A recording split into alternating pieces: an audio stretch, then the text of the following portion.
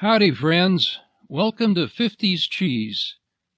My name is Clem, and the boss sent me out here to the garage to show you these movies, since he's embarrassed to be seen with them.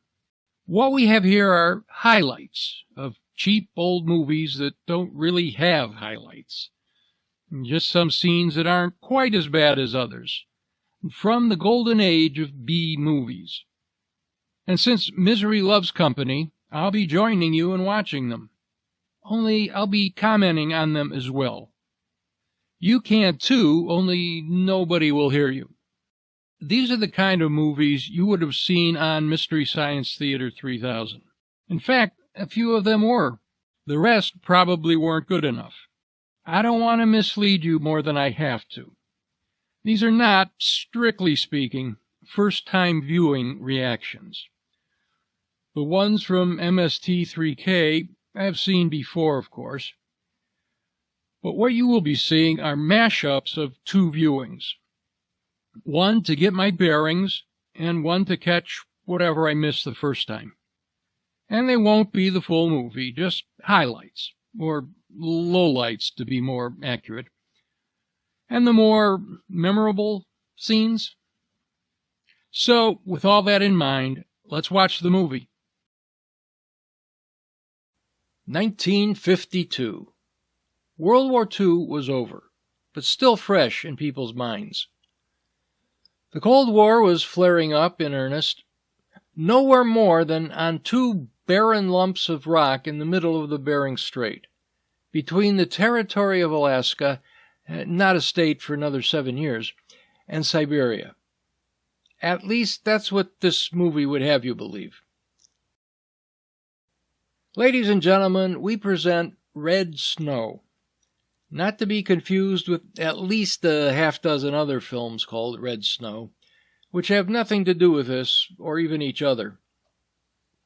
This is part Cold War propaganda melodrama, part National Geographic-style documentary, and part U.S. Air Force promotional film. Something for everyone. Produced by Columbia Pictures, one of the major studios, but with a budget on a par with an Ed Wood film. It's so cheap we don't even get the Statue of Liberty wannabe. And it's starring a television cowboy. And I only say starring because he got top billing. His part really wasn't all that big.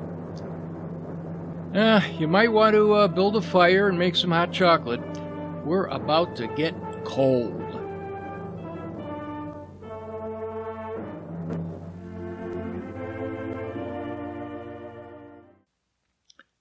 I have not been able to find any historical evidence of an organization actually called the Alaskan Air Rescue Service. At various times, there were units of the Air Force, the Coast Guard, Air National Guard, and the Territory/State of Alaska that performed these functions, of course, but no group with that specific name. I think it was just a fictionalized umbrella to cover everyone who performed this necessary service and who indeed deserved to be recognized. We'll talk about the term Eskimo and its relatives in the summary at the end. Stick around.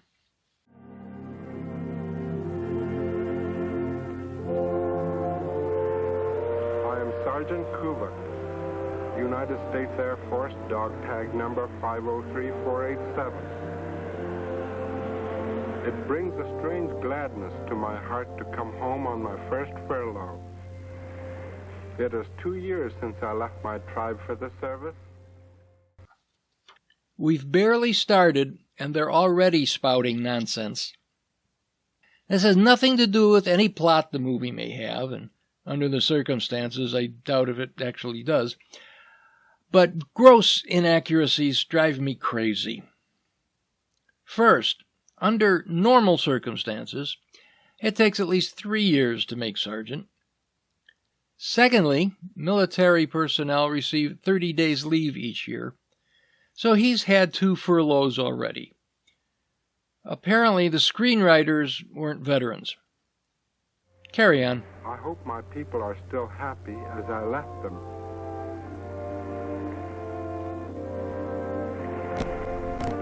There it is, Little Diomede, where I was born, where I learned to hunt.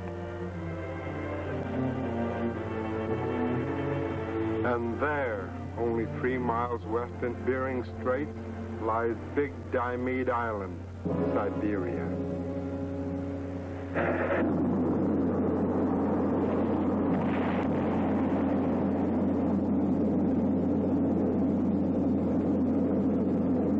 Special visual effects by a kindergarten finger painting class. Again, those strange lights. I must report to Major Bennett the exact direction they come from. Only 5 days ago, his plane arrived from Washington at our base, the Air Rescue Base on the Arctic Circle. Stone to Eric. Stone to Eric. Come in. Here they are. Eric reading Lieutenant Stone. Come in. Stone to Eric.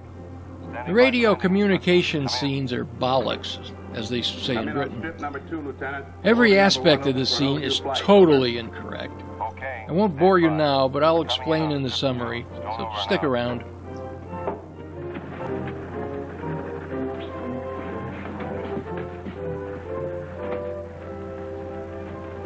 Major Bennett, Captain McLaughlin. Hello, Major. Captain, if you're through with me, sir, I'll get somebody to fix the Major's quarters. Thank you very much. You made fast time, Major. Yeah, I thought it was cold in Washington, but... Oh. That was quite a report your section turned in. Oh, these are the orders assigning your section to me for special duty until we run this thing down. Our unit's pretty small, but we'll cooperate all we can. You've done a good job so far, but there's a much bigger one coming up.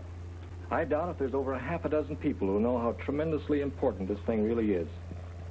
Then, they have an idea what's behind those lights? We believe we know. Our friends over the border are experimenting with a new weapon. Atomic? No, we don't think so. They're pretty frightful. I'll tell you about that later. The file you wanted, Major. Thanks, Sergeant. Any report from Lieutenant Johnson's flight? Not yet, Captain. So let me know as soon as they contact you. Yes, sir.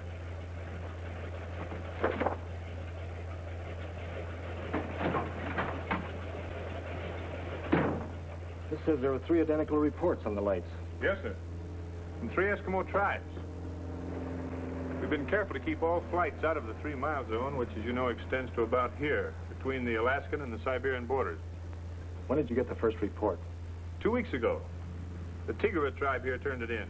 Then the King Ink reported the same thing. And the third one? Little Diomede. The approximate source Neither of those tribes are on any list I can They're Big find, Diomede. but they sound good.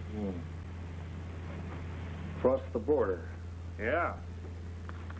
How far along does intelligence think they are? With the weapon?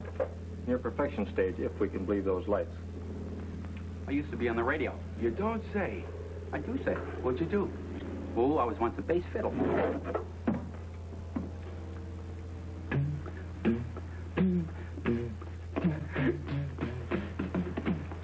Then I was also a slide trombone.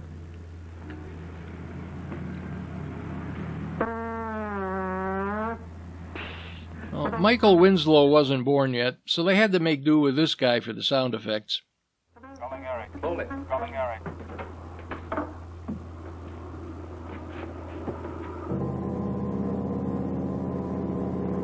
Calling Eric. Calling Eric. Louise flight. Go ahead, Louise flight. I bet you were worried about me, huh? Is that Lieutenant Johnson? That's right. Your Arctic good humor man, in person. I want to talk to Johnson. Captain McLaughlin wants to talk to you, Lieutenant. Here he is. Say, Phil.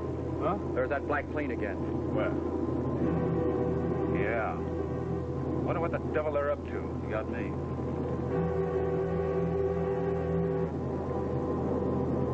Go ahead, Mac. We've got an important special assignment. Bill, I want you to get here as quick as you can. Roger. We just saw that black plane again. On our side? Yeah. Third time in 3 days. Did it tip its wings again? Yeah, could have been a headwind, but I don't think so. Pilots have been spotting that same plane just about every day. What markings? No marking. But we're sure it's from the other side. I'd like to talk to Johnson about that plane as soon as he lands. Better come right in, Phil. Roger. Uh-oh. We just spotted a tribe of Eskimos stranded on an ice floe. They seem to be in distress. 6 people is a tribe? Well, I think I can put the plane down, but we're so close to the 3-mile line, I can smell Uncle Joe's Borscht.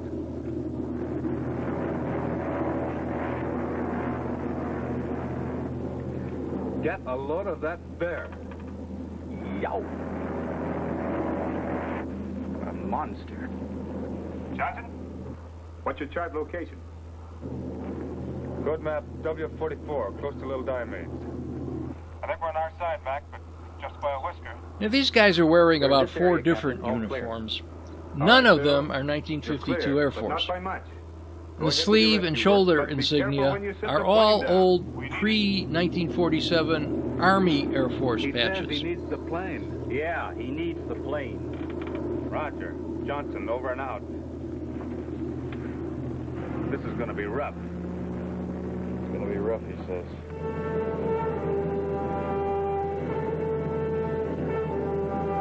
While chit-chatting, he's flown a good 20 miles beyond the natives. Hope we don't tangle with that bear. Now, a lot of that rescue is senseless. Now, the apparent size of that so-called ice floe is about the same as Little Diomede itself. But it would have to be big enough for a C-47 to land. And if the floe was as close to the border as they seem to suggest, it would have been easily visible from the village, and they would have sent out their own rescue party. Let me know the minute Johnson's airborne. Yes, sir.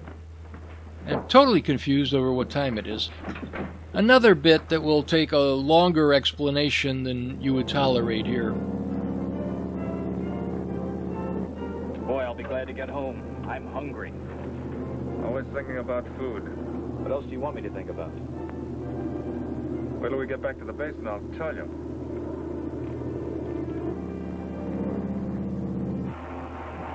Johnson's approaching the runway, sir.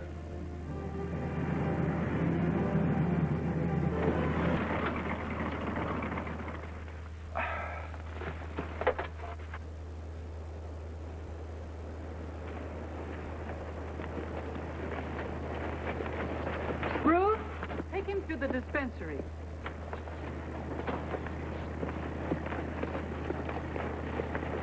Oh, man. That female lieutenant's not going for that leg gag again. No? No. Let's see about that. Oh.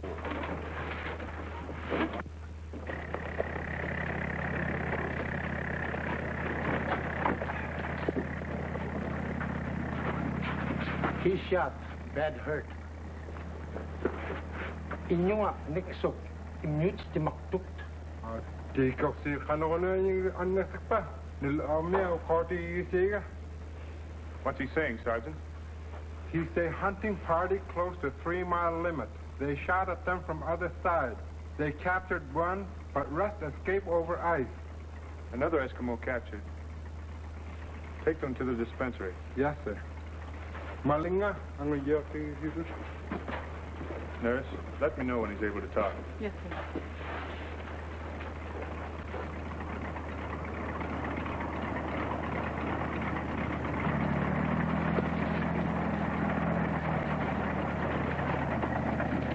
Where did all those reindeer come from? They weren't on the floe with the They've natives. been grabbing our Eskimo hunters for months. The American Eskimo doesn't dare cross the straits to the Siberia side. I'd like to do something about it, but Maybe you will. I have a feeling it's all tied in with our present assignment. Major, Captain, Major Bennett, Lieutenant Johnson. Major? That was a fine job you did picking up those people, Lieutenant. Thank you, sir. Yeah, but what was the idea of picking up those deer? Well, I'll tell you, sir, I wasn't going to. Then one of them looked me in the eye, and I just couldn't resist him. That black plane I told you about, Captain. After thinking about it, I'm sure it was tipping its wings at me. But why would a plane from the other side be tipping its wings at me? Maybe you have some friends on the other side. Well, I had an uncle once I never was quite sure of. We're having a meeting of the section in my office after mess. Fix up that report on the plane and bring it with you. Yes, sir. I'll deliver it for you, Lieutenant. Thank you. Hey, baby. Wait for your patient, baby. Lieutenant, to you. Okay, so you're still out, right? Look, you got any good suggestions? For keeping your feet warm? You know, I've been telling you what to do ever since I've been in Alaska. Your feet really hurt? Boy, they feel like I've just plowed 50 acres of cotton. Did you ever try a hot water bottle, as I told you before? Yeah, but that didn't work. Why? I just couldn't seem to get my feet in the neck of the bottle. Okay, so they really do hurt. All right, come on. I'll fix them just once more. You know what you really need is a leave. Yeah. I've put in for one. You have? Mm-hmm. Oh. The center of activity seems to be right about here. And the main base can't be very far away. So that's the job we have ahead of us, gentlemen. I can't exaggerate the importance of this project. But I'll try. What do you make of that black plane, Major? It seems pretty obvious. It's signaling someone on this side of the line. Yeah, that's what we figured, too. There are lots of Siberian Eskimos in this area. We know they're sent over to collect information. Lieutenant Johnson, Yes, sir. you're going to make your regular milk run every day. But it's your special assignment to stick on the tail of that black plane and watch every move it makes. We know it's not a military plane, so let them hang around. We've got to find out what they're up to. Yes, sir. You'll also keep contact with our special observers on the ground. Right, sir. Sergeant Coops. Yes, sir. We're ready for the 3 scouts.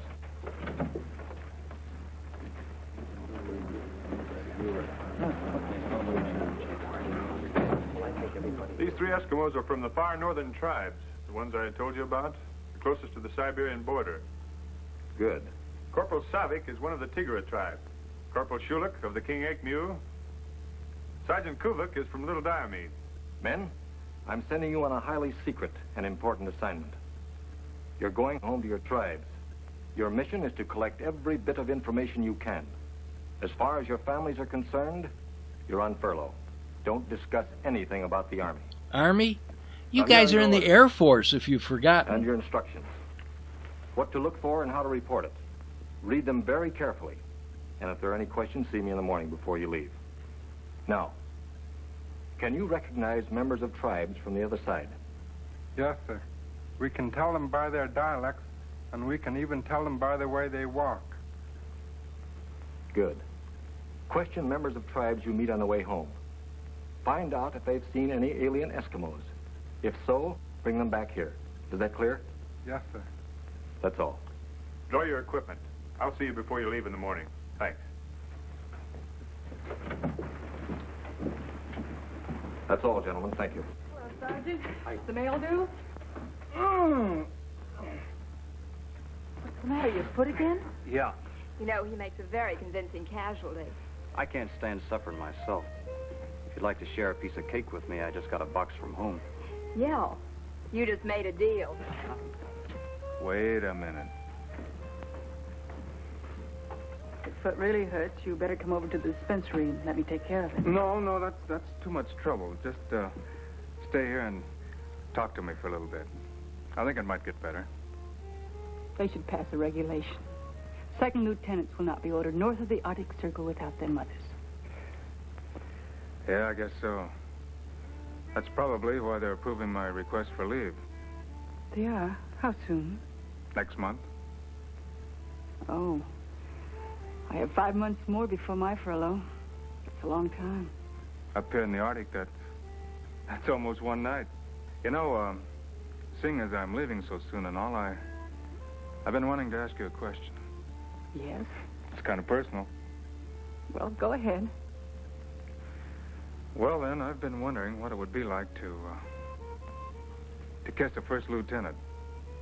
You'll never find out. Unless you try, will you?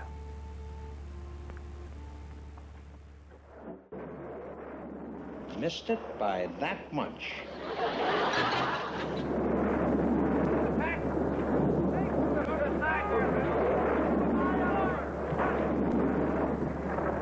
Rick, sound the alert. Never mind. This time it's coming from our side, here in Alaska. Those boys on the Siberia side aren't the only ones with new weapons. Uncle Sam has a few himself. Rockets and atomic missiles that'll do tricks they never heard of. They're firing them to train the crews. That's all. Go to your quarters.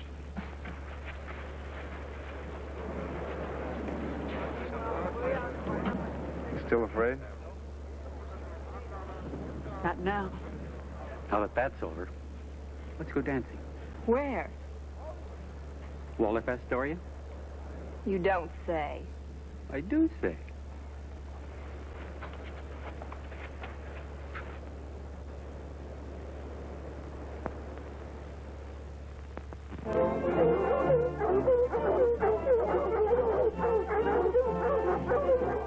Morning, man. Good morning. Corporal Schulich goes alone. We should hear from him within a week. Sergeant Kuvik and Corporal Savick travel together. You men must report back within 2 weeks. That's all the time we have. Our planes will be flying over your areas. You know their schedules and their routes, and you have your flags and signal flares? Yes, sir. If you need any help, contact any of our intelligence units. They'll get a message to us. I guess that's all. Good luck.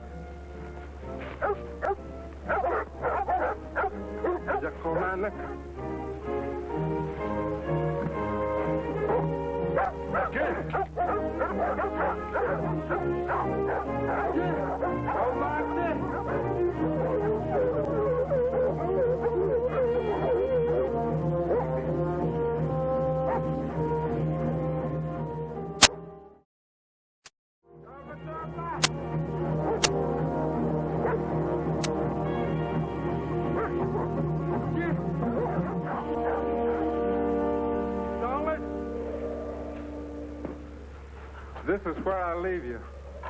You have more orders? I'm going on to Little Diomedes. You go to your tribe. Then circle back and meet me on Little Diomedes in 10 days. Your trip is long, so you take the sled. Piyakonatnak? Riga. Good.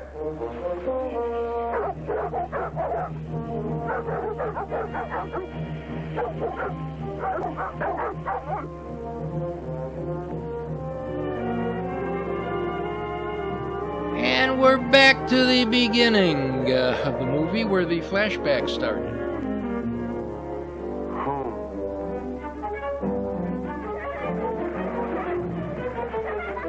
The children are always happy. But I see the pain of hunger in the faces of my people.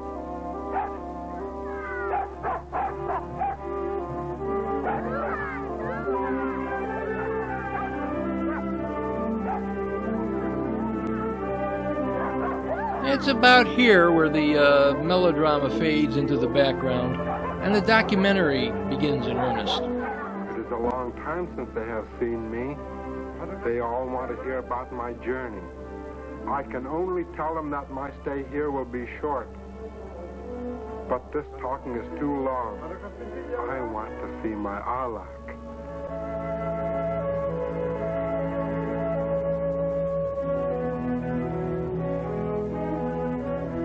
But first, I must greet Nano, the chief of my people. Ominous close-up and dramatic chord. This must be the bad guy. Army's son home. Thank you, Chief Nano. Welcome. Tuglu here much about Kuvuk, Army man. Happy to meet. Tuglu, relative our people. From Big Diomedes, Siberia side. How is one from other side allowed to visit here? Not visit here. Tuglu run away. Live here now. Tuglu lucky to get away alive. Kuvuk, home from Army long time? On furlough to visit my people, not to talk about Army. Again with Army. Well, they're so remote, they may not know the difference.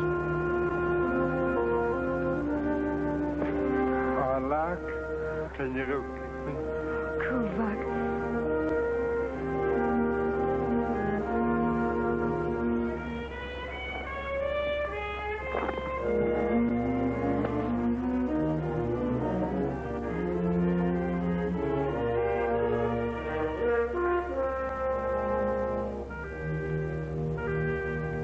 Famous Eskimo nose rubbing. This and related subjects require a longer comment than is appropriate here. It's in the summary. Allah thank Kuvak and Army PX.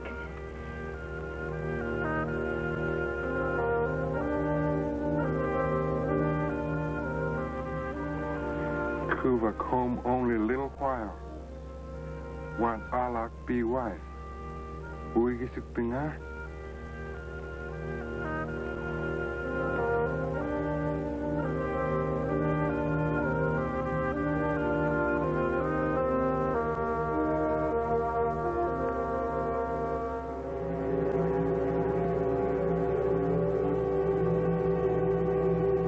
Very probably, the Black Plane was played by a Norduin Norseman, an extremely popular bush plane, readily available in the area in the early 50s.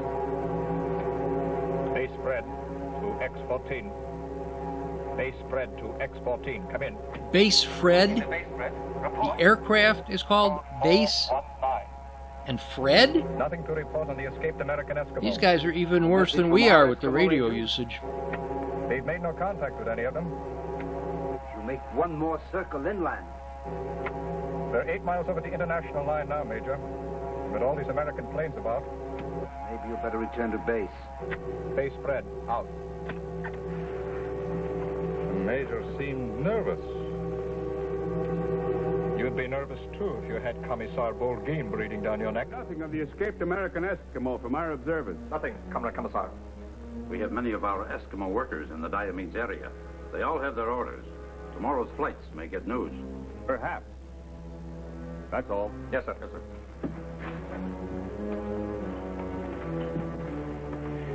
I return to High Command headquarters in the morning for new orders. You will arrange transportation. Certainly. When I return, I expect my orders to have been carried out and everything prepared for the final test of the new weapon. I was right. I see now the trouble with my tribe. The pangs of hunger begin to twist in their bellies. The food is very low. No meat, no oil. Today the chief has called a hunter's council. God send Kuvak home. Tribe in trouble. No food. Why no hunters go out? Hunters go. None come back, but Tugluf. Big guns on Siberia side. Scare away game.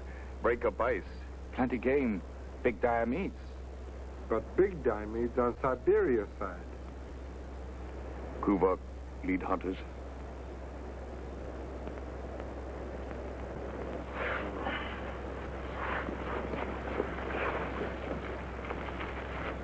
Man needs to think.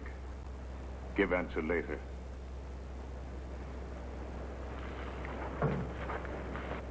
The stranger from Big Diomedes knows much. If I stay here, I can make him talk. If I take him with me on the hunt, I know I will not come back. It is hard to judge. From you, O God of the hunt, I seek the answer.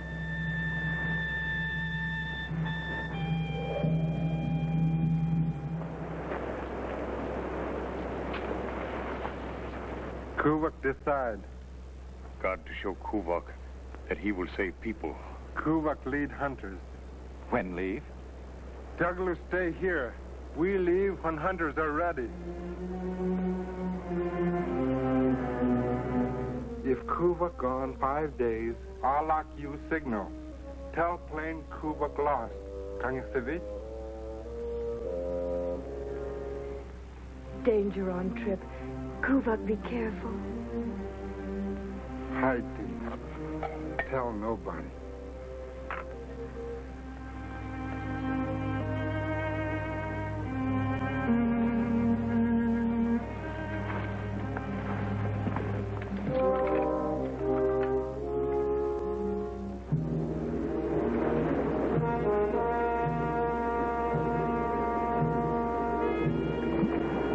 For 2 days now, we have hunted in our own waters and found nothing.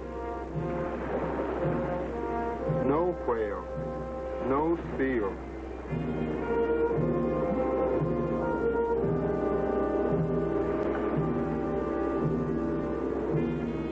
come to Siberian waters. Men who hunt in this evil sea do not come back. But we cannot return without food. Join the Air Force and freeze to death. It's only 15 below. Springtime in Alaska, it's 40 below.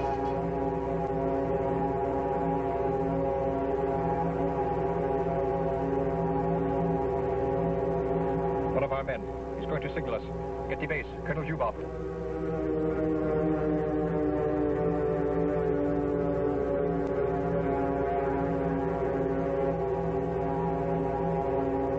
Go ahead, Major. Important message from one of our OS men, Colonel. Take this down. Location, book 3, 41N.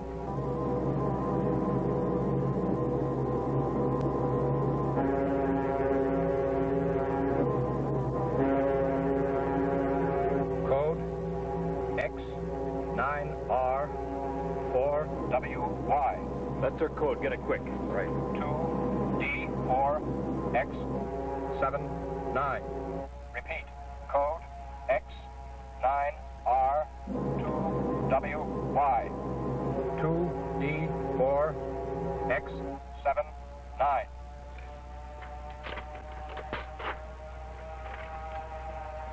Another hunting party with an army man. Good. We'll be prepared for him with open arms.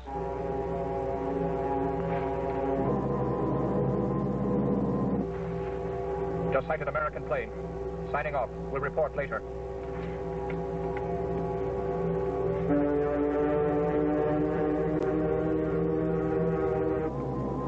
Screaming back to Mama like they always do. I'd sure like to give him a little chase. Get me base headquarters. Boy, this is one time Uncle Joe's boys weren't on the ball. Louise Flight to Arik. Louise Flight to Arik. Come in. Go ahead, Louise Flight. Okay, Phil. There's a little memo to buck under the Major. Post haste. On the double. Pronto. American hunting party coming close to our side. Army men amongst them. We got their code this time. You know, it could be Sergeant Wow, Stewart. He's even not Bletchley area. Park couldn't What's he decode doing things with a that hunting quick. party? I don't know. Mac, we'd better keep flights around Little Diomede for the next 24 hours. Keep them so worried they won't dare touch that group. I'll get Kennedy, Bonnell, and Addie to stand by.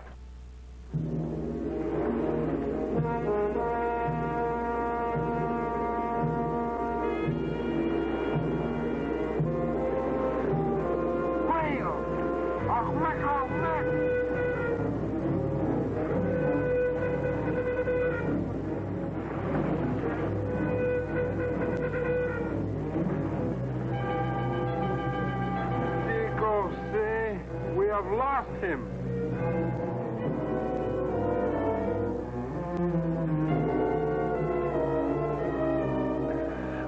J4 party reporting. J4 party reporting in, Colonel. Go ahead, J4. The hunting party is coming this way. We're ready for them. Over there, Beluga's white whale. Shisha,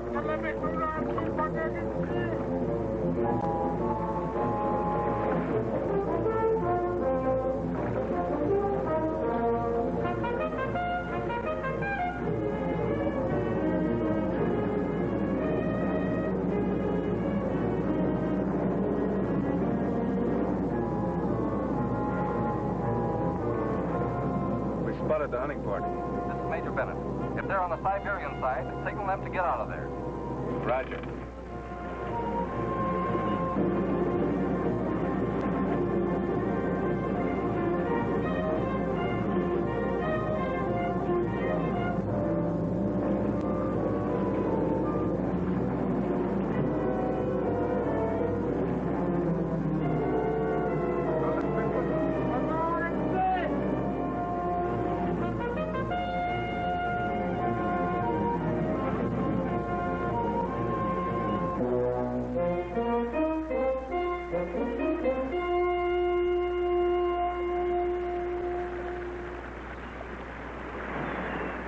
Walrus!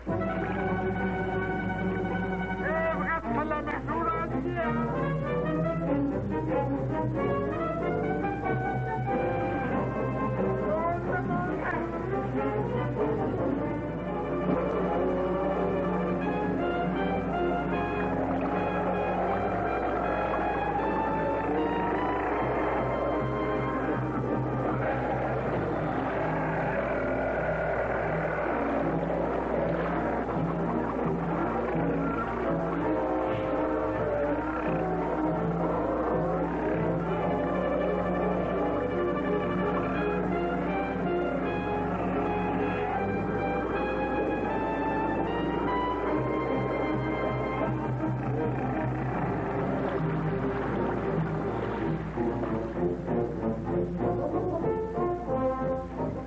tribal law demands, and we take the first taste of the kill.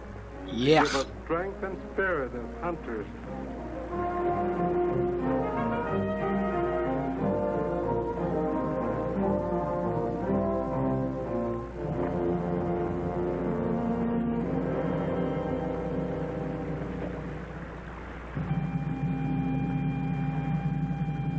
We have not failed. We lost the whale, but now we have much meat. I give thanks for good hunting. What great happiness to return with our sleds heavy with food. A day to remember. It is a long time since I have known this gladness in the heart.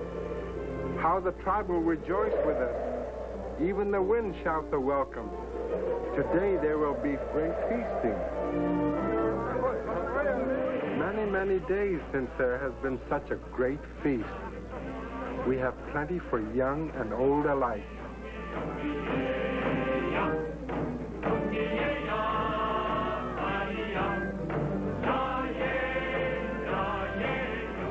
There is walrus. See what I mean about a National Geographic walrus. special? Baked Probably walrus. 20 minutes or more Fried of walrus. native life and culture, Boiled totally walrus. peripheral to the actual plot, such as it is. The food of your own hunting has the best taste. Better than army chow. A day of feasting is a good day for a wedding. It is a happy sign. Each woman must prepare a share of the wedding clothes for the new bride. And they even play hacky sack.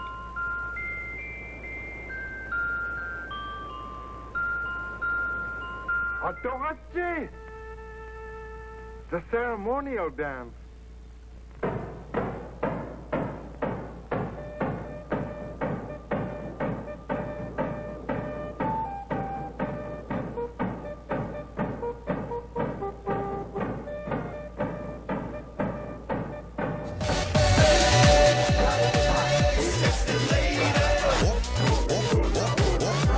The bride is captured in the old custom by the young men of the tribe. Like they say in the army, wolves. Now I must find my bride and rescue her.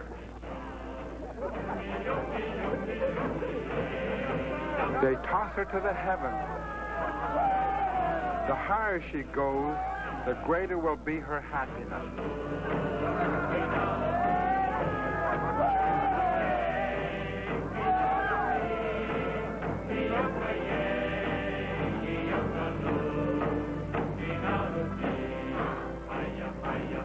It is time for the ritual of our ancestors.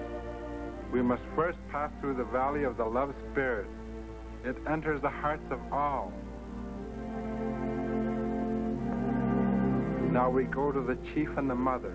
In our ancient law, the wedding pants are given to the bride. Wedding She pants? offers me this promise You of guys my are just making authority. this stuff up. Higanin. Iganin. Kuyana. Nulera. Now Alak is my wife.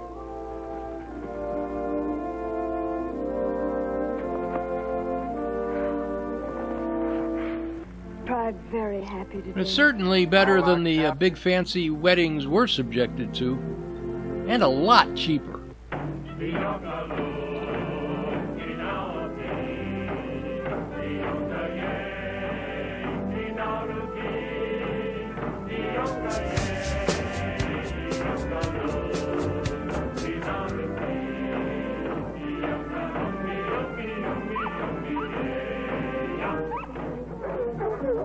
Knowledge.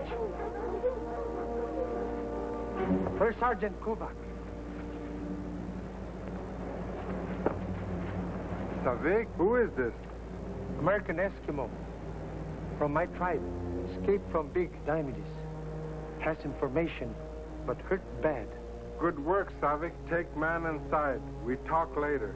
I must go back to army in morning, Chief Nano. Want you and people come with me. Tribe safer on mainland. let me break in here with some useful information. The population of Little Diomede Island at this time was roughly 170. Now, they need to travel almost 30 miles on sea ice to reach the mainland. If the ice pack holds and the weather isn't too bad, they can maybe make it in 12 to 15 hours, plus rest stops. Sergeant Kuvik seems a bit overly casual in saying, you all just come along with me.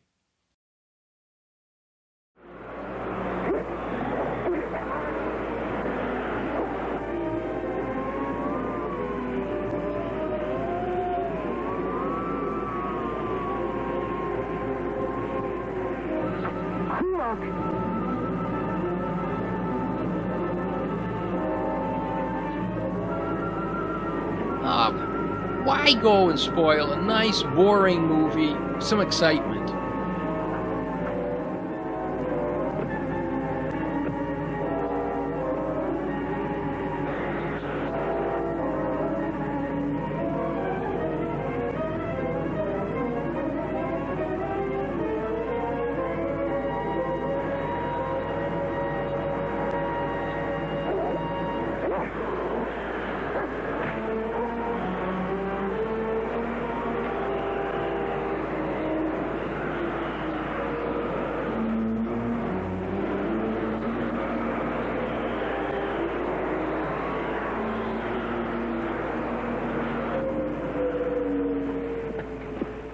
Tried to kill injured man.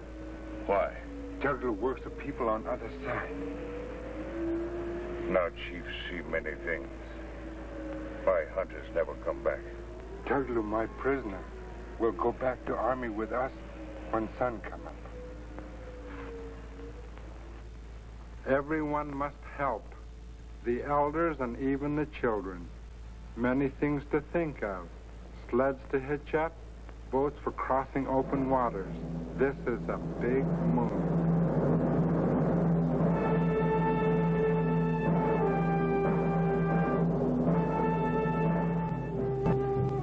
I will check on my prisoner.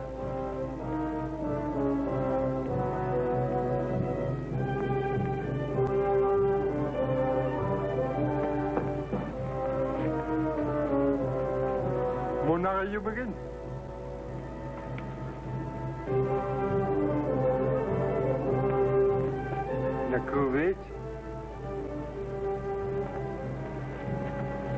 Once again, we are on our way.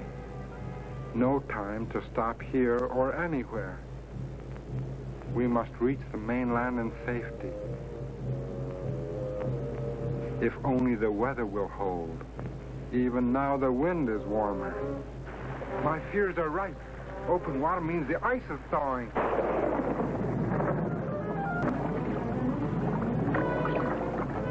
We made it, but not all of us. Many sleds are missing. Many dogs.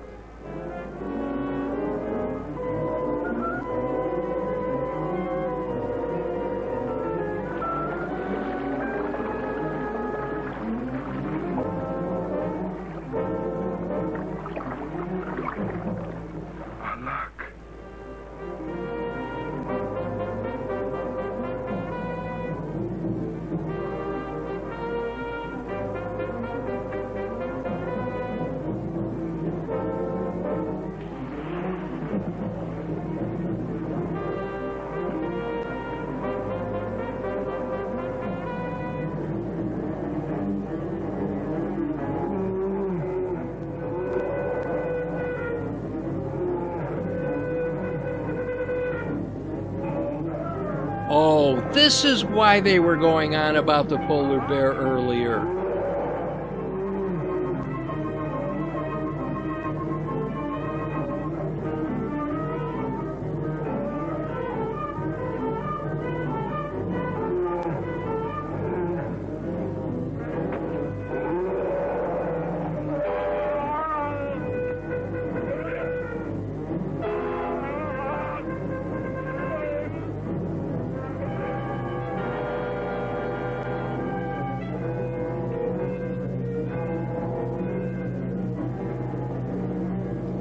Now, for the conservationists among us, killing polar bears is permissible for natives, and always in self-defense.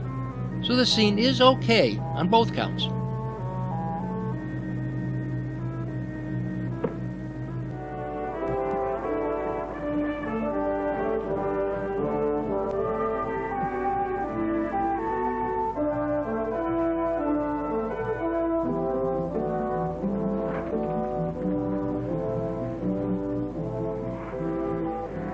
Kuvak saved my life. Kuvak happy. People all tired. Go on no more. Stay here tonight. Rest. Go on tomorrow. Maybe I should change my earlier estimate to 25 to 30 hours.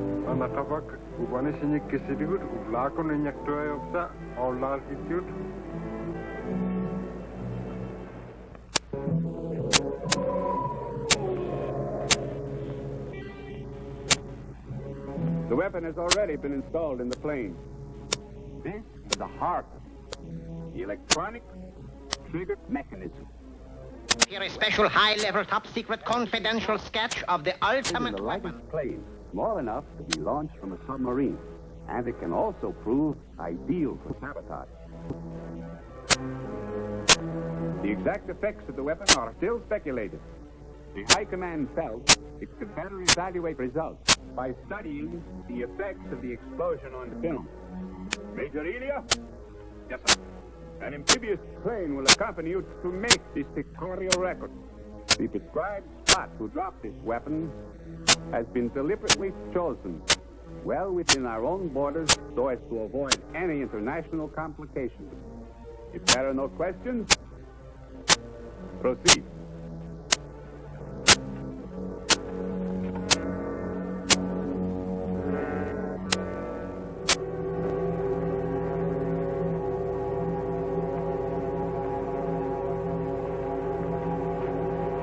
This scene is 6 minutes long, and we don't have that kind of time. I'll summarize. The pilot plans to defect by flying to the U.S. Look. He's become totally disenchanted with the Soviet system. Because I'm fed up with barbed wire and starvation, liquidations, inhumanity, all for the cause. They killed my family. Plus, he's discovered that this is a suicide mission. The plane will be incinerated by the heat bomb. Haven't you seen through this plan? We release this weapon. The heat will burn us to a cinder. We're guinea pigs. This is a suicide mission.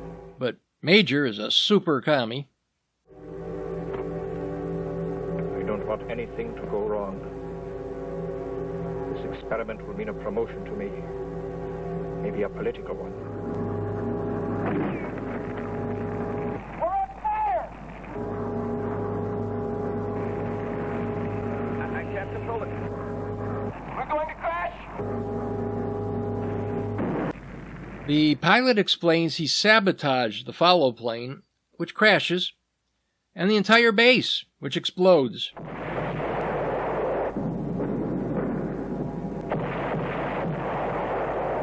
I mind the base, too. They taught me to do everything thoroughly. No explanation of how he had time to do all that. A fight breaks out.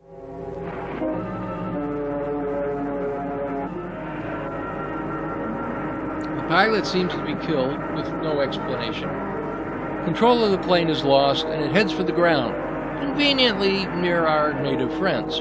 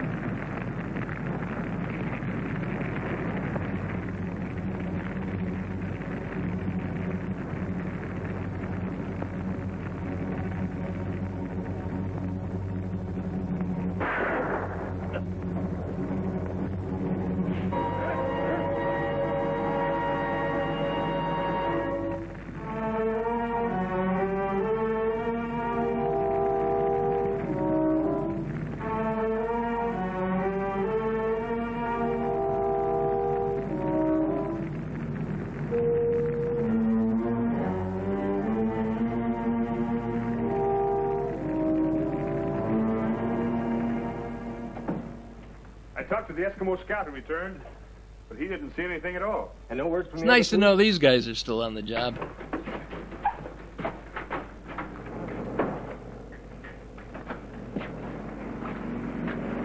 Johnson reporting as ordered, sir. We're sending you and Riggs to Little Diomede to pick up Sergeant Kuba. When you reach the area, circle, wait for his signal, radio back. Take off as soon as you can. Yes, sir. Mile after mile, slow but sure, we are winning our struggle. My people are doing well. No stragglers. All of them helping each other.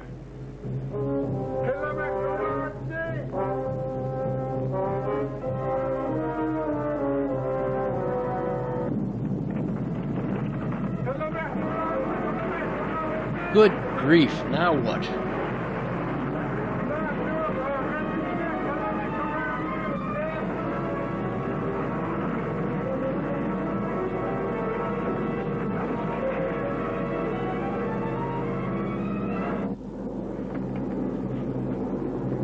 We've just spotted a tribe of Eskimos, Major. Johnson found Sergeant Kubak or Savick. Have Lieutenant Kennedy stand by. Yes, sir. Now listen, Johnson. It's important to pick those people up. How does the ice look? Looks like a melted Eskimo pie. No pun intended.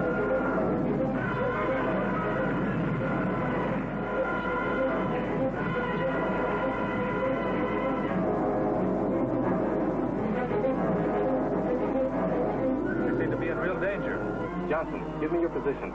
Code map TW552. Got it. Now keep circling the area the Eskimos are in. We're sending Kennedy and the helicopters. We'll circle the area and keep an eye on them. That's all.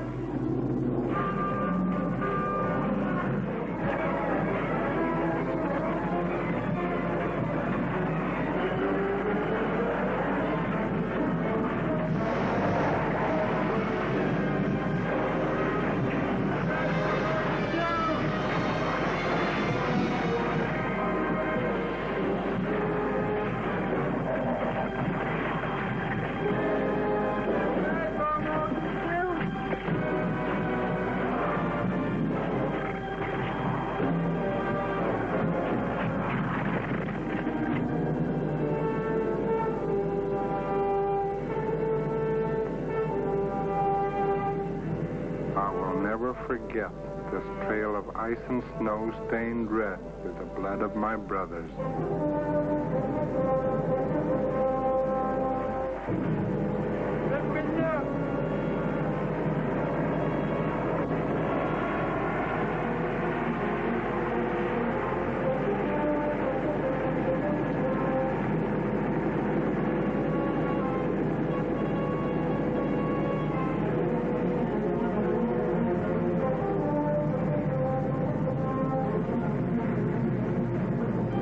Nice try, but it would take the plane and the chopper about 5 or 6 round trips to take that home, without the boats, dogs, and sleds.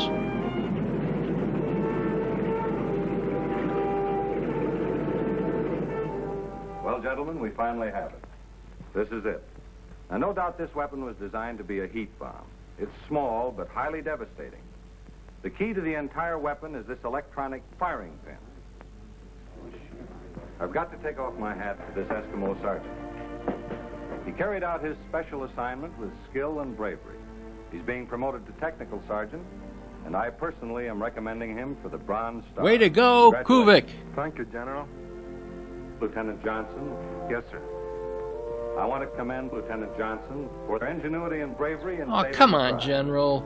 Give Phil a promotion, too, so he can go get his nurse. Thank you, sir.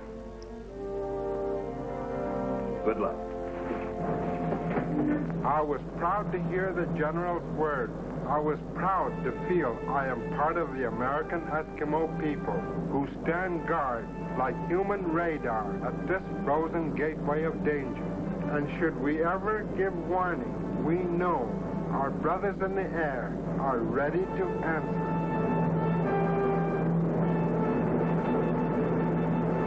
And then a 2-minute Air Force commercial.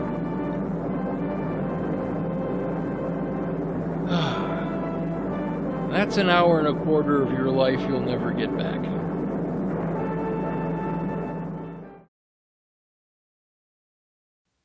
The first word that comes to mind after watching this is tripe. But more on that in a bit. First, there are three subjects I said I'd say more about here. But since everyone may not be interested in all those things as I am, I'll put timestamps in the description and color code the sections of the video with a stripe across the bottom so you can just fast forward through them. First is the word Eskimo and other tribal nomenclature, which will be yellow. The military operations, including what time is it, in green. And nose rubbing and other native interpersonal relationship stuff in red. Then we'll have the usual overview and ratings. Got it? Let's go. First, we must remember, this film was made over 70 years ago.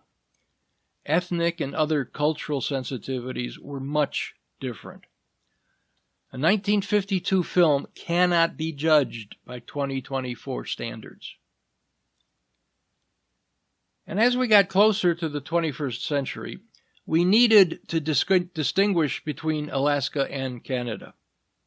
Researching these names while crossing the border can get real confusing.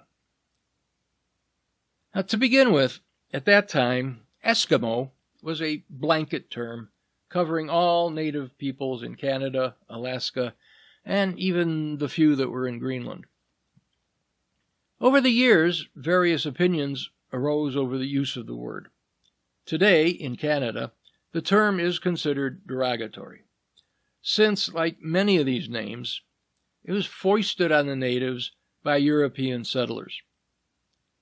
In Alaska, it can be uncomfortable, but not downright rude.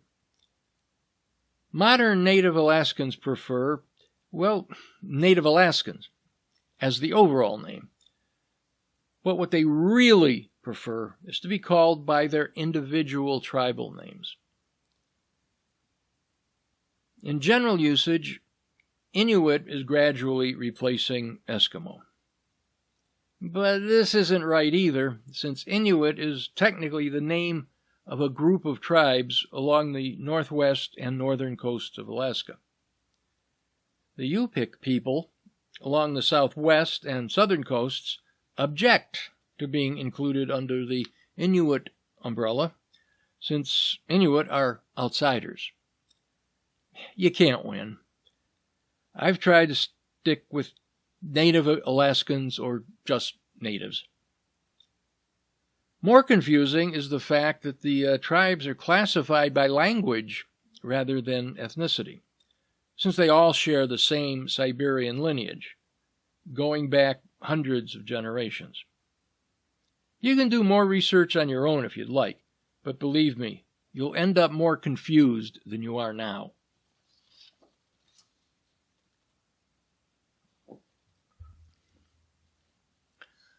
I've mentioned a lot about the military operations in the main video, very few of which made any sense. Of course, after 70 years, nothing would be the same anyway, so we have to take educated guesses as to what's going on. We were told, quote, our base on the Arctic Circle, unquote. Now, there was an air base on the Arctic Circle at a little town called Kotzebue. Now it's just an automated NORAD radar station. It's on the shore of a bay that would be a perfect location for an air-sea rescue base. This is likely just a coincidence, but a lot of what happens later on depends on knowing where their base is. So I'll keep this in the back of my mind. The Air Force was split off from the Army in 1947. Until 1951, personnel were permitted to continue wearing their Army uniforms as long as they changed to Air Force insignia. This 1952 movie shows them all still wearing Army colors and Army insignia. And they keep referring to Army throughout. I've spent a full day searching the internet and can find absolutely no hint of any kind anywhere of either the Army or Air Force, officers dressing in black.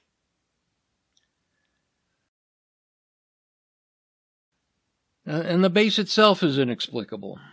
It's claimed to be an air rescue base, but the only office shown is marked as Intelligence Section.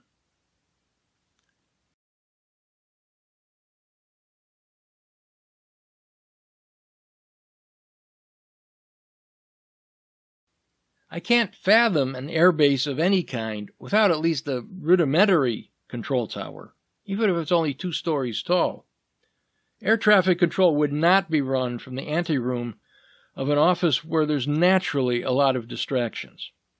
And there's no radar or weather instruments, which would be absolutely essential. And radio communications. What kind of nonsense is calling Eric, Louis flight? Assuming for the moment the base was Kotzebue, and the plane was Air Force Flight Number 129. The proper exchange would be more like, Kotzebue Tower, this is Air Force 129, over. The response would be, Air Force 129, this is Kotzebue Tower, over. No personal names, no cutesy jokes. Now, once contact has been established, the conversation could become less formal, but it's still businesslike. And what time is it? The captain's watch reads 11:20, and he says Johnson and the tribe should be there by about 1600. Now, ignoring the complexities of local time versus GMT, which military bases operate on, that's over 4.5 hours. In that time, Johnson could fly the natives to Fairbanks. Now, my suspected base at Kotzebue is about an hour and a half away. Much more reasonable.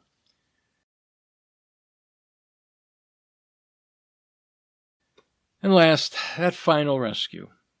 1 C-47 and 1 H-5 helicopter could carry about 30 people. No dogs, sleds, or boats. Oh, and the C-47 has a crew of 4, not 2. There was a stock footage shot earlier of 3 planes in formation, so maybe they could get more transport up there. But this is still going to take all day. Hope the ice holds. What is behind nose rubbing? It's not so much rubbing noses as sniffing someone you love. Their nose, cheeks, forehead, in a nuzzly, if that's a word, show of affection. And it's not done instead of kissing. It's usually a greeting rather than a romantic gesture. In fact, in some northern cultures, it's only done between mothers and children. The mental image we might have had of the Eskimo kiss was misleading. It was created, if I remember correctly, in the 1922 documentary Nanook of the North. In the Inuit culture, it's called a kunik. When you're an infant or a small child, your parents and grandparents and older siblings sniff you and rub your face with their nose. Or when partners come home at night, they might share a kunik to smell each other and nuzzle. There are scent glands in the cheeks, and rediscovering their smell this way is intimate and caring. Yeah, it's not a big part of lovemaking like kissing is. It's just affectionate. Now, Inuit had no courtship or marriage traditions. The pairing was arranged far in advance by the parents. When the female reached puberty, she was ready. The male had to prove himself as a successful hunter, so he could support a family. The couple moved in together and started a family. Generally, that's all it took. But there are something like 200 tribes in Inuit culture. There are minor differences between them. Occasionally, the couple would exchange gifts, sometimes clothing, but there were no ceremonial wedding pants. Sometimes maybe an elder or a parent would give a blessing of sorts. But there's no formal ceremony, and no walk down a frozen lover's lane.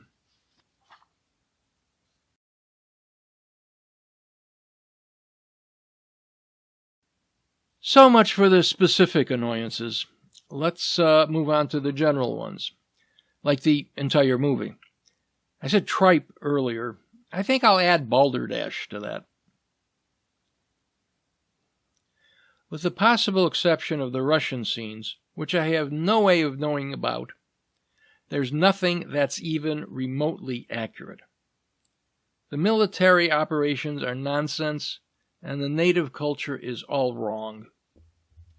It has been said that this movie deserves notice, since it treated the natives with respect. Now, this is true, except for pushing them 50 years into the past.